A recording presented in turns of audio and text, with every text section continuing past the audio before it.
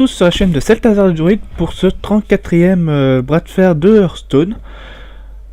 Donc le bras de fer de cette semaine s'appelle le choc des serviteurs. Pas le temps de traîner ses soldats, jouer des serviteurs, leurs confrères charge et provocation. Et oui, c'est le mulligan.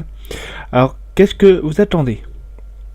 Donc en gros, le principe de ce bras de fer, c'est contrairement à celui de la semaine dernière, au lieu que ce soit nous le héros qui avons provocation avec des points d'armure et donc qu'on se prend des coups, il va vraiment avoir un combat de serviteurs pour le bras de fer de cette semaine.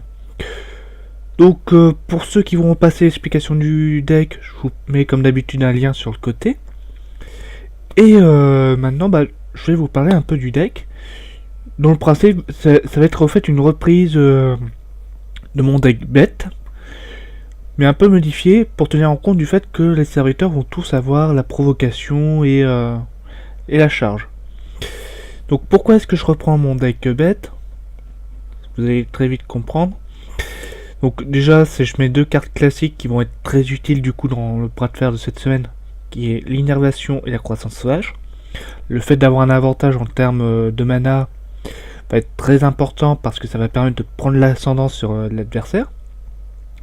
Je vais avoir deux druidesses du sabre. Là, ce qui va être important, c'est en fait son camouflage. Le fait de la camoufler va en faire une 3-2 charge, et provocation, mais surtout le fait qu'elle va être camouflée, c'est surtout ça qui va être important. Après, on aura une druidesse de la flamme qui pourra être une 5-2 ou une 2-5. De toute manière, elle aura charge et provocation, donc dans les deux cas, elle sera intéressante. Un raptor de monte, tout simplement parce que voilà, ça fait... quoique je pense que lui, je vais peut-être l'enlever, mais je suis pas sûr. Je verrai en fonction des parties. Une araignée des tombes, parce que ça va nous permettre d'avoir une bête, mais aussi de récupérer une bête. Ça, c'est encore une fois, c'est quelque chose qui est important. Un combattant sauvage, qui nous permettra de nous booster, de devenir plus fort, pour nous aussi participer au combat. Le gardien du bosquet, qui m'a été très utile. Il n'y paraît pas comme ça, mais ça permet de tuer un serviteur, de lui enlever justement la provocation. C'est quand même bien pratique. Un autre auteur égaré, toujours pour le principe d'une bête, puis c'est une 5-4 pour 4, donc voilà. Le champion de claque qui permet de booster un petit peu, donc toujours utile. Et ça, c'est la raison pour laquelle je vais vraiment jouer sur les bêtes, c'est le druide du croc qui devient une 7-7 dès qu'il y a une bête en jeu. Et c'est une 7-7 pour 5, donc ça veut dire que c'est une bête qui va arriver très tôt en jeu. Donc et une 7-7 pour 5 charge et provocation, ça va faire très mal à l'adversaire. Un empereur Torricin, même s'il meurt, il sera toujours utile, ne serait-ce que pour réduire le prix. Le chevalier noir, très utile pour le coup, parce qu'il va vous permettre de gérer n'importe quelle créature en face, parce qu'elles auront tous la provocation. Alexna, tout simplement parce que voilà, c'est une 2-8 qui va pouvoir détruire au moins un serviteur dans le tour où elle arrivera. Une Sylvanas, très pratique. Chevalier des étendues sauvages, parce que, comme j'ai dit, je joue beaucoup de bêtes, donc du coup son prix va petit à petit se réduire. Et on aura une 6-6 charge provocation pour pas cher. Amalorn, c'est une bête, puis c'est quand même assez puissante comme bête. Et Alistraza, parce que c'est juste violent. Si on y réfléchit, c'est juste violent. Vous la jouez, vous faites passer votre adversaire à 15 PV. Elle attaque immédiatement, donc 8, vous pouvez potentiellement le faire tomber à 7. Pour peu que vous ayez du burn, donc c'est violent.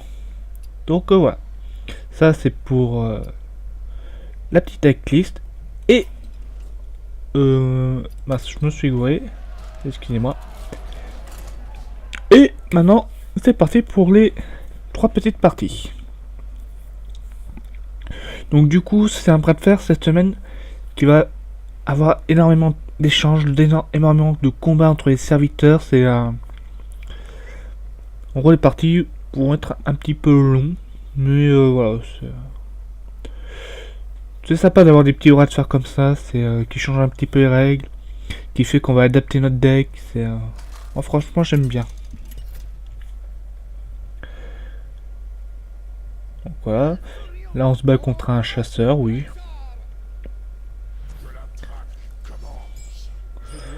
Voyons voir.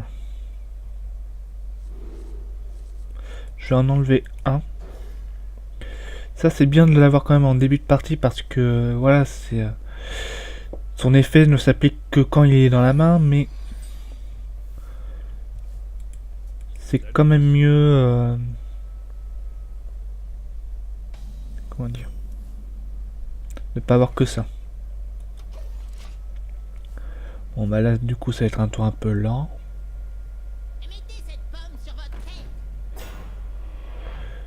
Ouais. Pas convaincu de l'utilité d'une telle carte. Alors soit je joue le Raptor, soit je joue elle. Je vais jouer elle. Ça me permettra comme ça de garder un serviteur.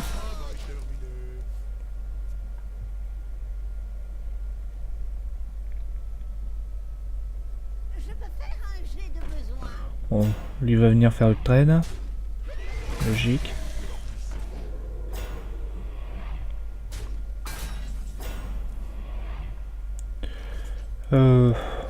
Tant pis, on va jouer lui.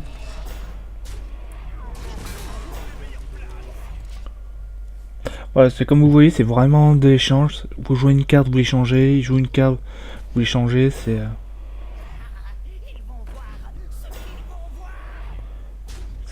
tout se passe dans l'échange. Là par exemple, hop, 2 points de dégâts. Comme ça le serviteur est géré. Et je commence à mon tour à le frapper.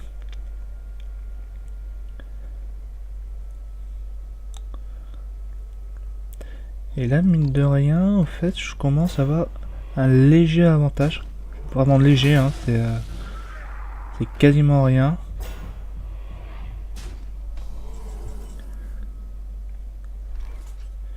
Voyons voir. Faut quand même que je gère cette carte là. Ça c'est peut-être le mieux. Voilà.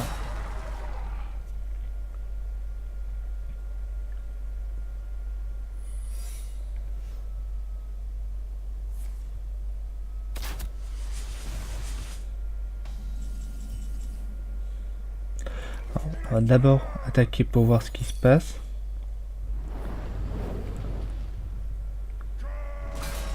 D'accord. On va piocher une bête. Ok, donc...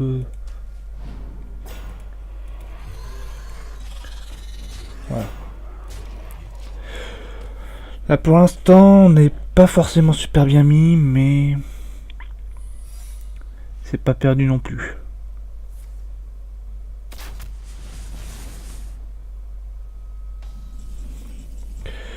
Alors, je sens le coup. Voilà. Ça c'était obligé. Et maintenant on met ça. Hop. Un peu d'armure, ça peut toujours être pratique.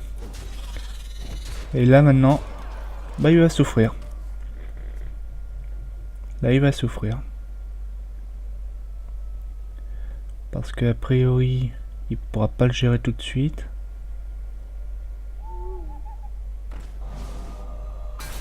Bon, il peut le silencier s'il veut, hein, c'est pas...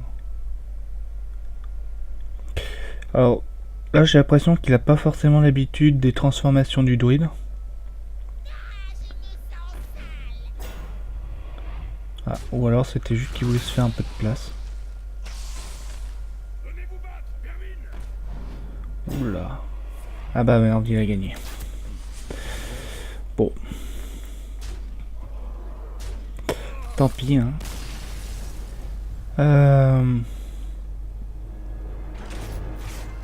Tant pis, tant pis. Donc, on va continuer. Hein, du coup, ouais, c'était un deck vraiment très très agressif. C'est vrai que ça peut marcher aussi comme ça. Ouais. Il y a peut-être un petit changement de deck à faire, je sais pas.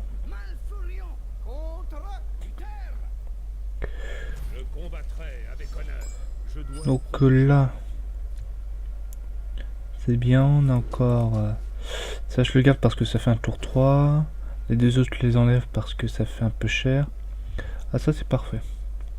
Ça c'est parfait. Du coup j'ai mon tour 1, j'ai mon tour 2.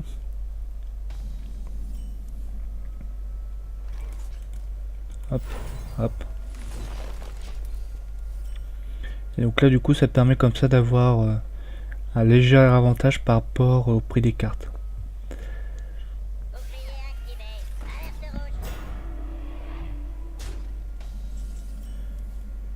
Ouais.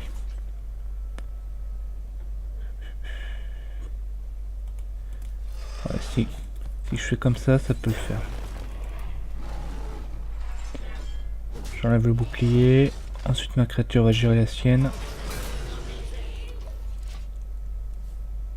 Ouais. Pas terrible, mais bon. Je pense que je vais le changer le Raptor.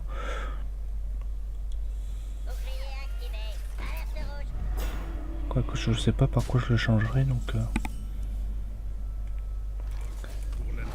Bon, là pour l'instant pas le choix.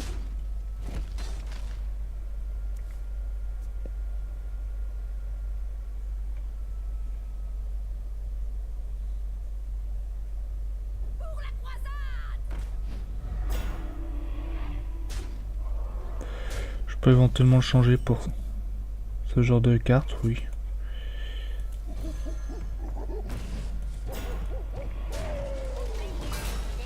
Voilà. C'est un peu moche de l'utiliser pour ça, mais bon, c'est...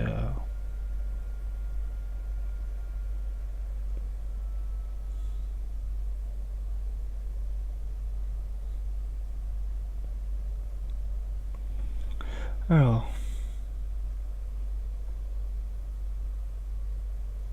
Laissez-moi réfléchir.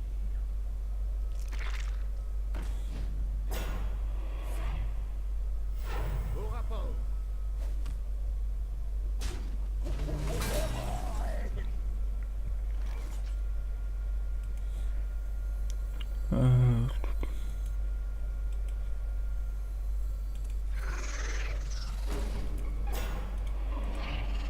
Voilà.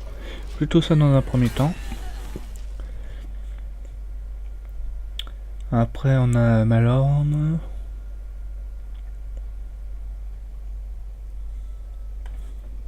Alors qu'est-ce qu'il va faire?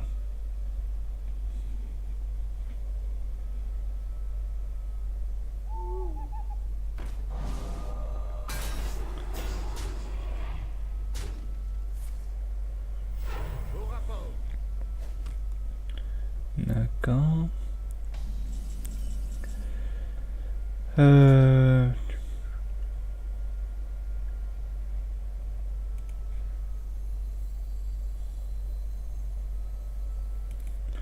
Ouais.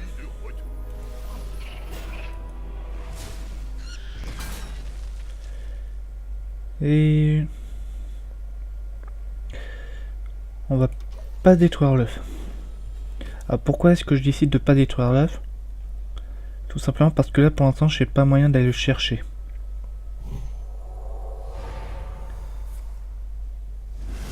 Voilà. Ce qui du coup rend dangereux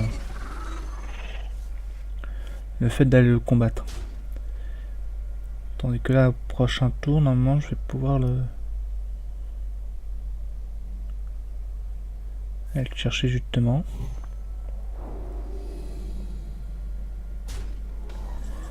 Alors, c'est parfait, j'ai pile le prix qu'il me faut, donc ça va être ça, ça, ça. Hop, chercher l'œuf, toi tu vas me chercher lui, et toi lui. Voilà.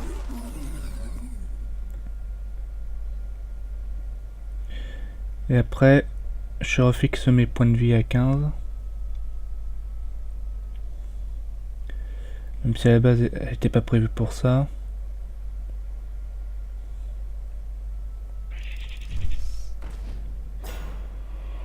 Ok.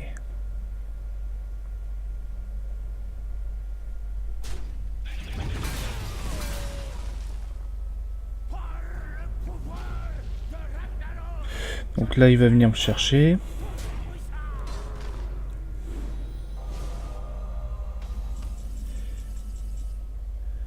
Ouais. D'abord mes points de vie, ensuite je vais chercher le petit Torisan. Et voilà.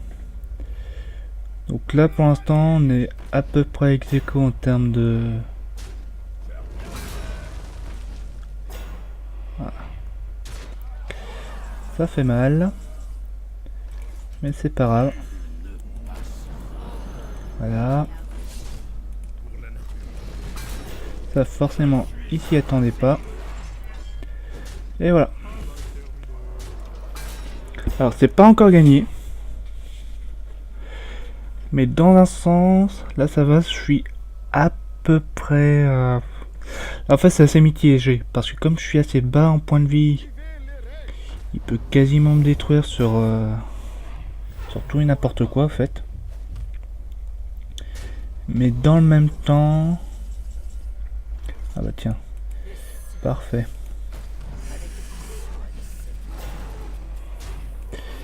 Mais dans le même temps, c'est vu que là j'ai clairement le contrôle du board, lui il est en mode top deck. C'est-à-dire que voilà, il peut compter que sur la carte qu'il pioche. Bon, voilà. Du coup il abandonne parce que effectivement là maintenant il peut plus compter que sur les cartes qu'il va piocher. Donc fallait qu'il puisse me tuer. Ah tiens, ça m'a pas compté ma victoire. Bon, ça va certainement se régler après. Donc voilà. C'est un deck, c'est un peu... ouais. Il est un peu difficile à gérer. C'est, je pense il y aurait moyen de l'optimiser encore un petit peu. Puis bon, faut dire ce qu'il est, il a été fait rapidement. Mais moi ça j'aime bien, c'est... Alors ça je vais le garder. Ça limite je vais quand même la garder vu que je pourrais la jouer tour 2. Voilà, donc... j'ai un tour 2. Il n'y a pas de souci. C'est juste qu'après j'ai pas forcément tour 3.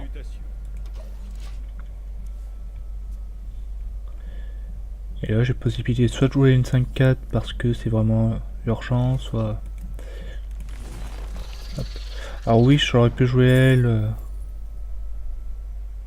Je vais prendre le Cobra. Alors pourquoi est-ce que je prends le Cobra? Parce que le fait qu'il puisse détruire tout serviteur qui est blessé par lui fait que il peut jouer un gros ton, jouer le Cobra, et comme le Cobra aura la charge, et va du coup forcément l'ennemi se prendra très très cher. Alors du coup bah là pour l'instant j'ai un léger avantage donc j'en profite. Oui, je considère que mon avantage reste léger. Ok. Donc ouais, je vais plutôt faire ça, ça. C'est-à-dire que je vais accepter de prendre le coup pour pouvoir garder la créature.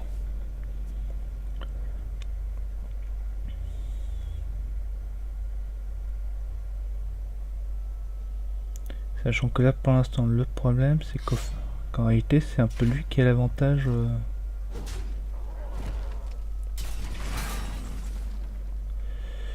Donc ça c'est trop tôt pour l'instant, donc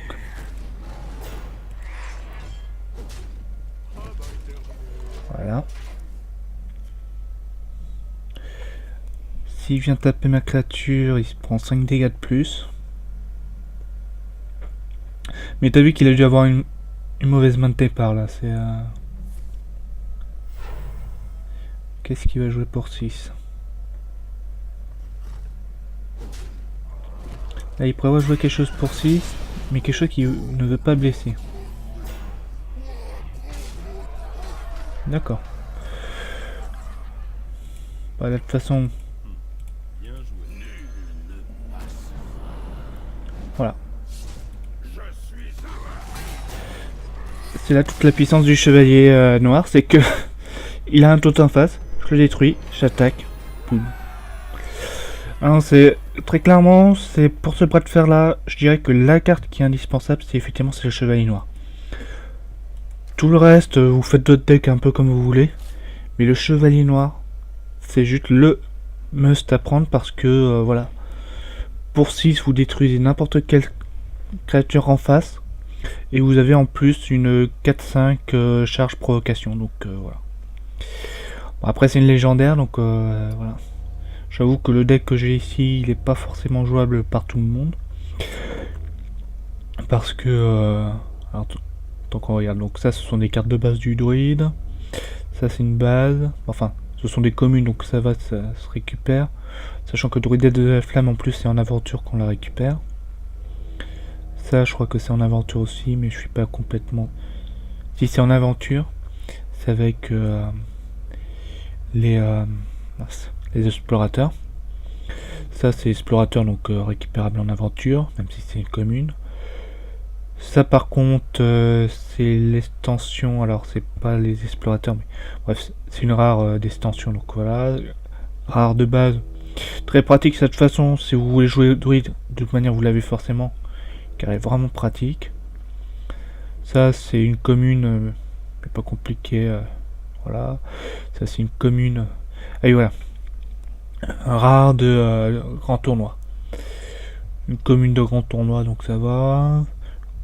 Commune de GVG, oui je crois que c'est de GVG, donc ça j'avoue. Par contre cette carte là je vais trouver un peu dommage de la perdre, parce que ça rendait un deck druide bête assez cohérent et jouable. C'est même si je sais qu'il y en a pas beaucoup qui a joué, moi je la trouvais intéressante, parce que ça obligeait, ça permettait vraiment de donner un minimum de sens à un deck druide bête. Torisan, lui, il sera toujours là. C'est une aventure donc récupérable. Ça, j'avoue, c'est faut payer pour l'avoir, donc. Mais voilà, c'est normalement c'est quand même quelque chose qui vous sera utile. Alexia, ça partira, mais c'est aventure Naxxramas. Sylvanas, ça fait. Oui, non, si, je vais présenter. Sylvanas, elle effectivement elle coûte cher. Bon, enfin, c'est une carte à payer, quoi, à drafter ou à obtenir. Chevalier du sauvage, bon, ça c'est grand tournoi rare, ça va. Malorn rare, bon, enfin légendaire base, donc pas forcément obtenable, ouais. Ouais, non, si, il est quand même cher le deck, mais voilà. Bon, j'espère quand même que cette vidéo vous aura plu. Et il ne me reste plus qu'à vous souhaiter une bonne fin de journée. Et à vous dire à bientôt. Allez, ciao, ciao.